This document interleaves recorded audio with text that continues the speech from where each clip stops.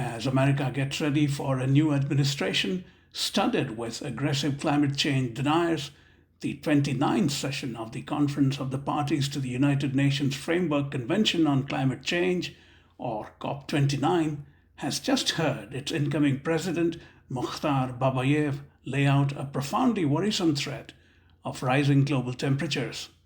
Babayev also laid out the need for a collective, quantifiable response to what he calls climate violence, even while pointing out the need for climate finance. COP29 has got underway in Baku, Azerbaijan today. We must be totally honest.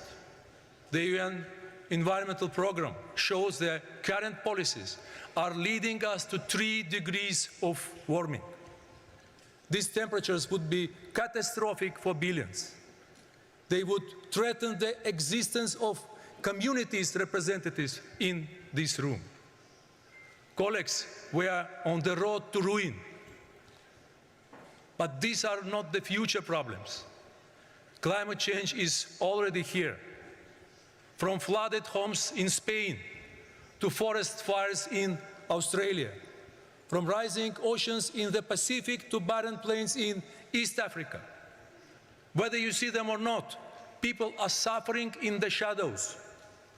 They are dying in the dark, and they need more than compassion, more than prayers and paperwork, and they're crying out for leadership and action.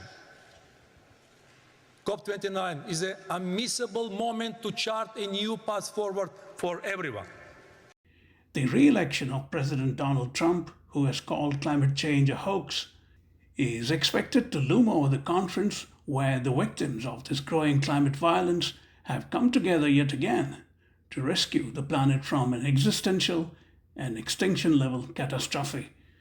Viewed against the backdrop of the fact that 2024 is on track to be the warmest year on record according to the World Meteorological Organization, or WMO, COP29 is being held at a particularly dire time. The news from the WMO on all important climate fronts is bleak, from greenhouse gases reaching record observed levels in 2023, ocean heat content being the highest, sea level rise accelerating, and glacier loss worsening. Earth is showing great signs of peril.